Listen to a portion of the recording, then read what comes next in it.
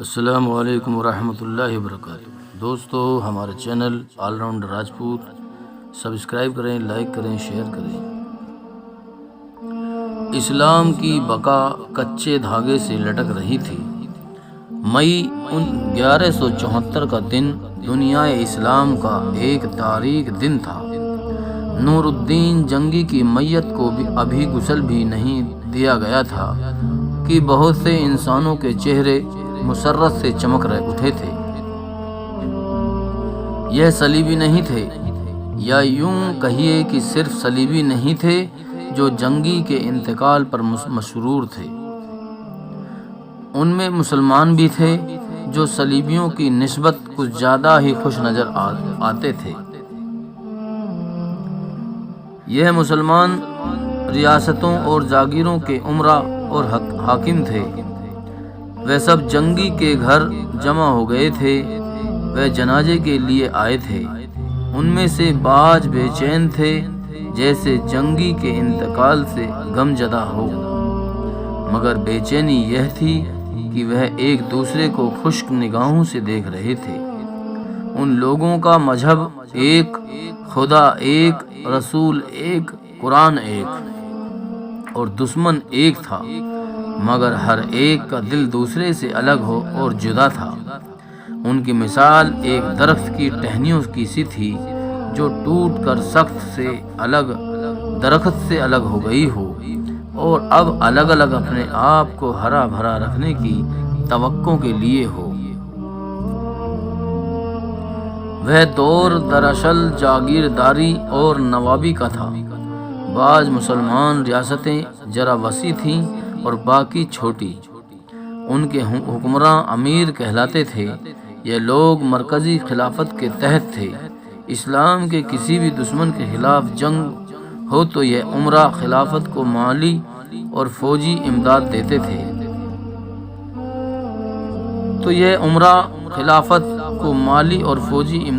تھے۔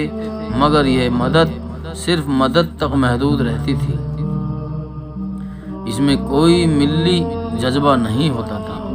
وہ امن اور سکون سے عیش و عشرت کرنے کی خاطر خلافت کا مطالبہ پورا کر دیتے تھے۔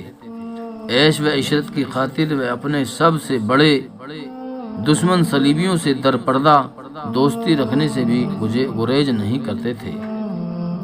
ان میں سے بعض نے صلیبیوں کے ساتھ در پردہ معاہدے کر بھی رکھے تھے، لیکن نور الدین جنگی کا وجود صلیبیوں کے راستے میں ایک چٹان تھا۔ وہ مسلمان امراء کو کئی بار شرمسار کر چکا تھا اور اس نے انہیں ذہن نشین کرانے کی سر توڑ کوشش کی تھی کہ صلیبیوں انہیں اسلامی وحدت سے توڑ کر ہڑپ کرتے جائیں گے، مگر صلیبیوں کی مہیا کی ہوئی یورپی شراب نوجوان لڑکیوں اور سونے کی اینٹوں میں اتنی قوت تھی جس نے ان کے کان بند اور عقل سربا مہر کر رکھی تھی۔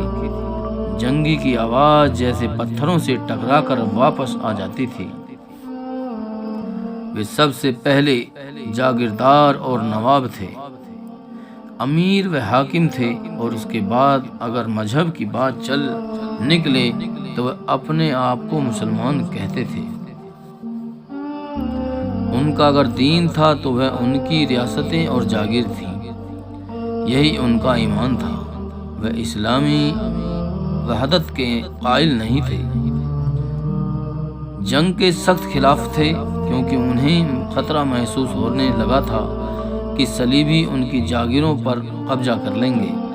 اس کے علاوہ ان کے دلوں میں یہ ڈر تھا کہ ان کی رعایا نے اپنے دشمن کو پہچان لیا تو اس میں روحانی بیداری اور قومی وقار پیدا ہو جائے گا۔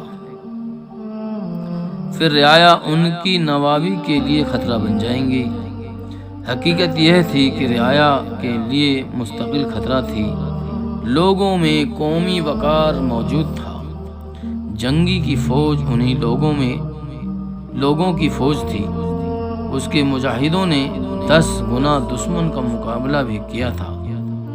یہ جذبے کا کرشمہ تھا۔ عمرہ کو یہ جذبہ ایک آنکھ نہیں بہتا تھا، لہذا وہ اس جنگی کو بھی پسند نہیں کرتے تھے، اور صلاح الدین ایوبی کو تو وہ اپنا دشمن سمجھتے تھے۔ اب جنگی فوت ہو گیا تو وہ خوش تھے۔ انہیں معلوم تھا کہ اس قوم میں اب کوئی جنگی نہیں رہا، اور جہاد بھی جنگی کے ساتھ ہی دفن ہو جائے گا۔ دوستو، ہمارا channel all rounder Rajput subscribe کریں، لائک کریں، شیئر کریں۔